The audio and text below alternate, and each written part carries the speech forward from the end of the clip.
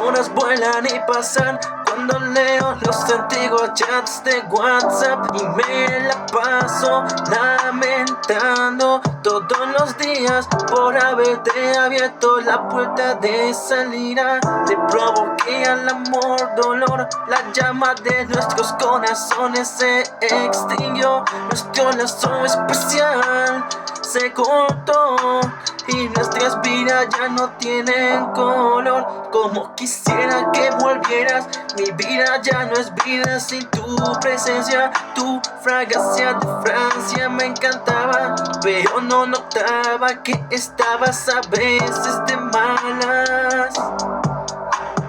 Cada día siento que a mi corazón me la apuñalan con varias estocadas de katanas. Yo ya no convivo con el amor de mi vida, convivo ahora con la agonía de mis días. Extraño tu calor, tu tacto, tus abrazos, el tomarnos de la mano. Añoro esos días que nos decíamos te amo, pero pasamos de ser novios a extraños.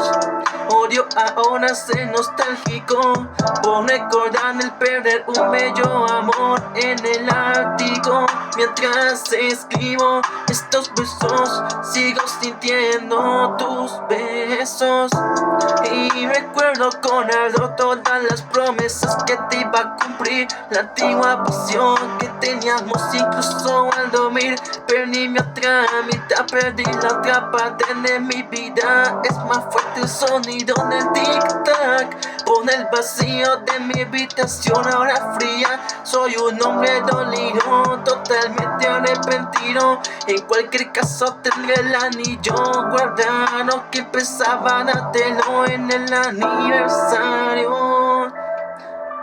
Extraño tu calor, tu tacto, tus abrazos, el tomarnos de la mano. Añoro esos días que nos decíamos te amo, pero pasamos de ser novios a ser extraños. Hair Sound, los latinos de la música.